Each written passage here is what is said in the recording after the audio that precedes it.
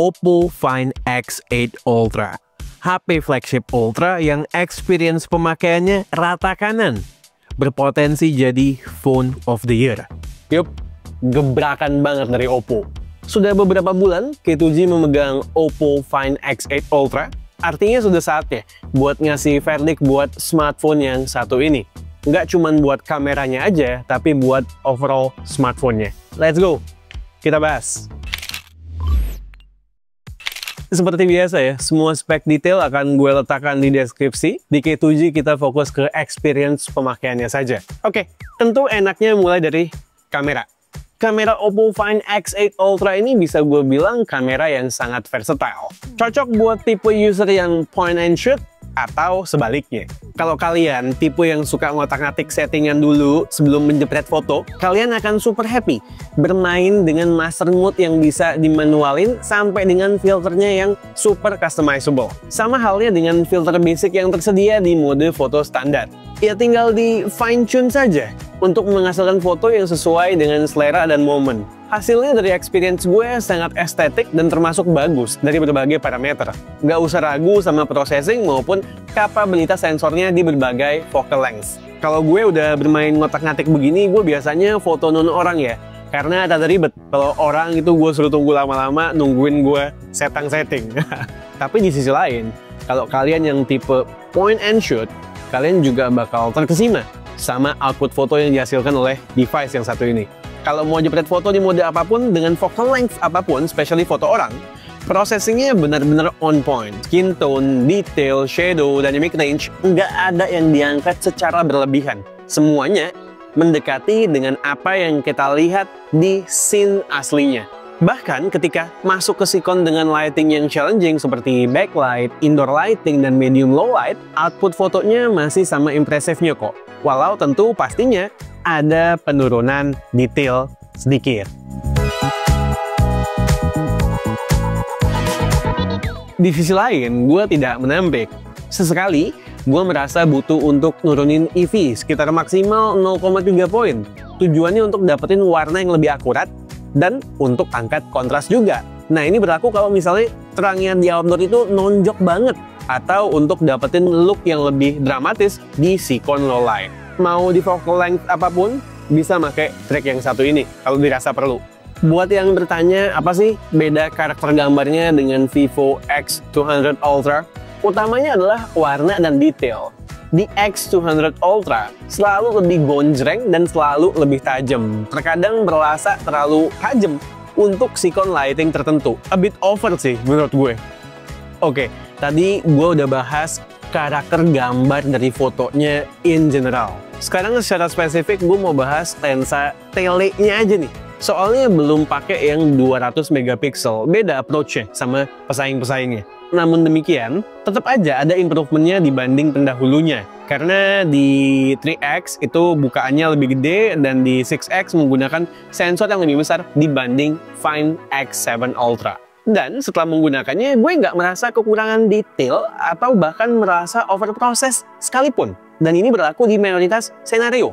Bahkan kematangan processingnya menurut gue masih mirip dengan kamera utamanya. Lalu sampai dengan 20 kali zoom pun, ini gue perhatikan masih sosmed ready. Di 30 kali zoom masih decent, dan up to 60 kali zoom masih usable gambarnya.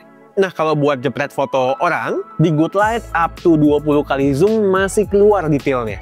Walaupun udah mulai berasa processed. Sebagai catatan, yang bisa dipakai buat jepret foto makro cuman lensa tele 3X-nya aja ya.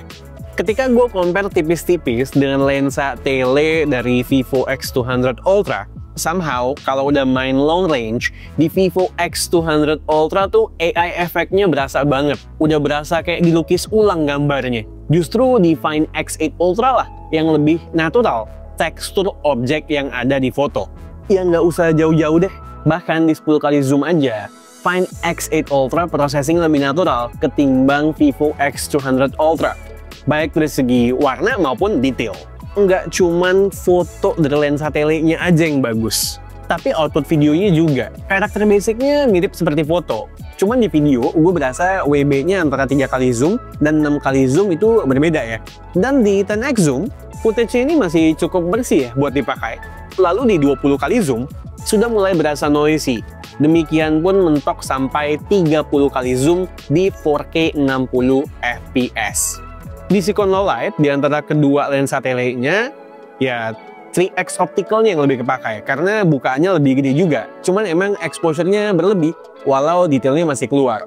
Masih bisa berguna sih ini. Di 6 kali opticalnya itu udah noisy, gelap, dan motion blur-nya itu berasa. Nah, yang gue amazed banget adalah perekaman video dari kamera utama di Sikon medium low light sampai dengan low light. Kita di balkoni ya, cuman ada lampu balkon sambil makan barbecue. Di seberang udah langit yang gelap ya, pemandangan juga gelap gulita. Kita tuh ada orang-orang lalu lalang sambil makan, ada shadow juga di sana sini pastinya. Dan tentunya kita yang di sini punya berbagai skin tone yang berbeda. Dan Oppo Find X8 Ultra di 4K 30 fps bisa menjaga semua karakter natural gambar tersebut di video. Jadinya nggak kelihatan kayak dipaksa gitu loh. Di low light aja begitu ya output video dari kamera utamanya. Apalagi di good light, nggak usah diragukan lagi menurut gue. Footage-nya stabil juga. Buat gonta-ganti lensa cepet sih. Smooth di kebanyakan senario.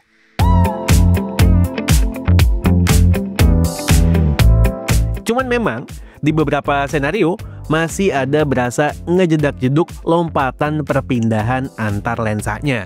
Kalau pas reverse masih lumayan smooth. Terakhir soal kamera belakang, videonya bisa 4K 120 fps, tapi emang sebatas kamera utama dan lensa 3 kali optical zoom saja. So far sih gue menggunakannya buat slow-mo in footage aja supaya kelihatan lebih sinematik, apalagi bisa kita adjust dari aplikasi Photos yang langsung. Kalau fitur yang satu ini buat sehari-harinya menurut gue masuk ke kategori fun to use. Kalau mau lebih advance, lebih canggih lagi soal perekaman video dari kamera belakang, bisa manfaatin fitur Pro Video yang bisa ngerekam video log, bahkan sampai dengan resolusi 4K 120 fps sekalipun. Awalnya nggak ada nih fiturnya nih, tapi emang Oppo Find X8 Ultra ini update terkait kameranya tuh ada aja tiap software update. Entah itu yang sifatnya under the hood improvement atau penambahan fitur. Dan sepertinya mayoritas fitur yang ada di device ini by default akan turun ke Oppo Find X9 series nantinya. Keren kalau memang demikian adanya. Untuk perekaman front camera, Find X8 Ultra maksimum bisa merekam di 4K 60 fps seperti yang lagi kalian lihat sekarang. Footage-nya stabil, cuman secara kualitas gambar, untuk dapetin output paling optimal, gunakan di Sikon dengan pencahayaan maksimal seperti ini. Kalau udah lighting turun dikit, kayak mendung gitu, warna, detail, exposure, dan kontras berasa kurang.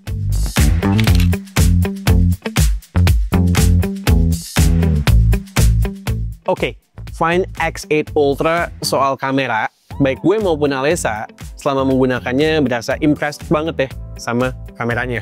Ini pasti berada di jajaran teratas barengan sama X200 Ultra. Gue pribadi yang lebih jarang moto orang ketimbang Alessa lebih cocok dengan opsi lensa di Find X8 Ultra. Ditambah, seperti yang udah gue sampaikan sebelumnya, gue suka sama reproduksi warna Find X8 Ultra yang lebih natural juga di berbagai focal length. Detail komparasi kamera antara Find X8 Ultra dan juga Find X200 Ultra, tungguin aja di battle kamera nanti ya. Oke, next. Rest of the phone selain kamera.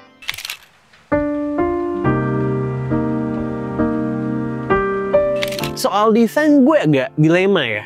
Tongkrongan Find X6 dan juga 7 Ultra terlihat premium di mata dengan finishing dua material berbeda, namun di tangan berasa biasa aja. Sebaliknya, Find X8 Ultra di tangan berasa premium karena balik ke material konvensional, metal frame, dan glass sandwich.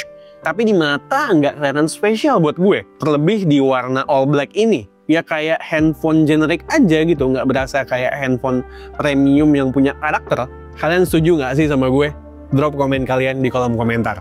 Ditambah, case bawaannya juga kembali ke model jelly silikon murahan. Gimana sih Oppo?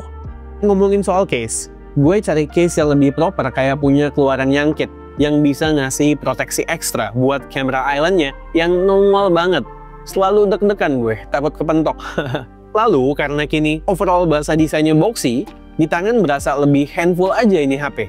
sekaligus berat juga. Kalau poin yang satu ini sebenarnya berlaku juga untuk smartphone Ultra dari brand yang lain. Di Find X8 Ultra ada 2 tombol ekstra. Ini mirip ya sama iPhone 16 Pro Max gue. Shortcut dan juga Quick Action Button. Settingannya gue samain sama iPhone. Shortcut button gue set buat silent switch, dan Quick Action Capacitive Buttonnya gue disable. Karena nggak pernah gue pakai di keseharian. Lebih nyaman aja gue dengan UI yang ada di layar. Kalau aja bisa di-assign buat aplikasi lain, mungkin bakal lebih useful. So far cuma beberapa aplikasi China saja yang bisa memanfaatkannya. Ya, nggak banyak yang bisa gue komplain, namanya juga unit yang sebenarnya ditujukan untuk market China saja. Pemilihan Oppo untuk menggunakan layar flat di Find X8 Ultra sedikit gue pertanyakan ya. Kenapa nggak micro quad curve aja kayak di Find X8 Pro atau Vivo X200 Ultra misalnya? Karena itu berasa lebih premium dan lebih enak dipakai ketika berselancar mengontrol UI.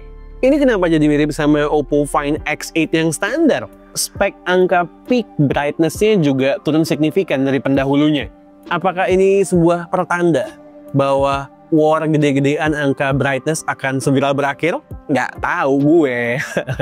Gue bukan tipe yang hobi nonton konten HDR dengan brightness full, apalagi di outdoor. Yang jelas selama gue menggunakannya beberapa waktu belakangan buat outdoor activity, gue belum pernah merasa kekurangan brightness. Terkecuali kalau misalnya abis dipotret foto dan video berlama-lama di bawah terik matahari. Dan secara basic display experience, terutama dari segi content consumption, Find X8 Ultra di mata gue sejajar dengan flagship Ultra lainnya.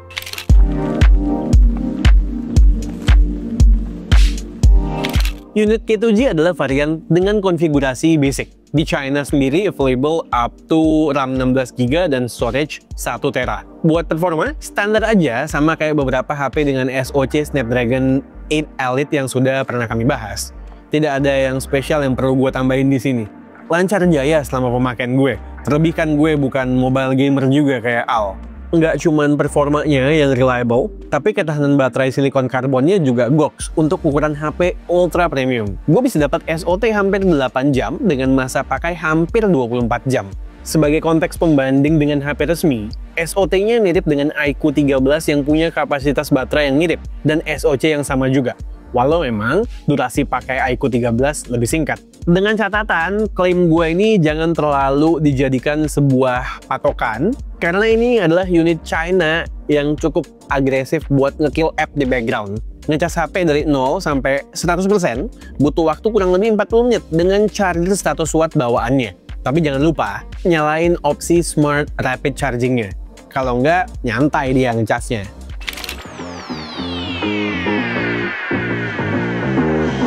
Oppo Find X8 Ultra out of the box menggunakan Android 15. Tapi karena ini device China, Google Gemini dan fitur kayak Circle to Search enggak integrated. Device ini makanya AI Oppo yang namanya Breno. Gemini sih bisa kita download dan pakai, cuman nggak bisa kita jadikan system-wide AI engine. By the way, di device ini, AI yang paling sering gua pakai adalah yang berhubungan dengan aplikasi fotos, kayak AI Eraser dan kawan-kawan. Dan so far kinerjanya oke, cuman ya memang tidak magic banget kayak S25 Ultra misalnya. Rest of the AI features yang occasionally gue pakai, itu kayak buat nampilin caption dari konten yang gue tonton di YouTube misalnya, ke dalam bahasa yang gue mau. Paling akurat sih nerjemahin bahasa China ya, atau sekedar buat translate bacaan di browser. Dan terakhir, buat mengekstrak gambar maupun teks dari aplikasi yang lagi gua pakai. Untuk basic task begini mah ya ngebantulah si Breno daripada nggak ada sama sekali kan. Di sisi lain, sebagai user iPhone, gue enjoy menggunakan device Oppo in general ya, sebagai tandem iPhone. Elemen UI-nya mirip sampai ke Dynamic Island, lalu kirim-kirim data sangat dimudahkan gue dengan aplikasi Oppo Connect. Hal perintilan yang perlu kalian ketahui mengenai device yang satu ini, Find X8 Ultra punya rating IP6869, in-display fingerprint sensornya sudah yang ultrasonic, vibration motornya asli bagus banget, empuk sekaligus crispy, pastinya bisa dual SIM, tapi tentunya tidak support eSIM karena lagi-lagi unit China. Oke, itu dia Oppo Find X8 Ultra. Kalau detik ini, gue disuruh pilih satu HP candy bar di antara semua Ultra flagship phone, rasanya gue pribadi tidak ragu akan memilih Oppo Find X8 Ultra. Karena kemampuan fotografinya yang bagus banget, videografinya juga nggak kalah. Sesuai dengan selera dan kebutuhan gue, pendekatan kameranya, baik dari segi pemilihan focal length maupun image processingnya. Natural. Kemudian baterainya tahan lama, skin Android-nya salah satu skin Android favorit K2G, terlepas tidak integrated sama Google AI ya. Dan yang nggak kalah penting, aplikasi Oculus Connect-nya sangat mempermudah hidup gue yang berada di ekosistem Apple. Ya, desainnya harusnya bisa lebih kece lagi, atau displaynya harusnya bisa lebih canggih lagi. Tapi itu semua tidak berpengaruh ke experience pemakaian sehari-harinya dalam pandangan gue. Cuman kayak input gue aja lah, would be nice kalau dua hal tersebut eksis. Rest of the phone sih ini susah banget ya dicari celaknya. Oppo Find X8 Ultra. Langkah selanjutnya yang paling masuk akal menurut analisa gue adalah untuk merilis sequelnya secara global. Yup, Find X9 Ultra. Nggak mau dong punya senjata ampuh begini, tapi dikandangin mulu. Gongnya tuh pasti kurang. Sementara waktu, kalau lo nggak sabar pengen menikmati Oppo Find X8 Ultra, solusinya adalah belinya di Gondry Store. Gue belinya dari Gondry Store karena Gondry Store bayar pajak. Jadi sinyal dan email dijamin aman. Oke, sekian aja video dari gue kali ini. Gue Satish and this is K2G. Tunggu racun-racun kami yang berikutnya. Bye guys.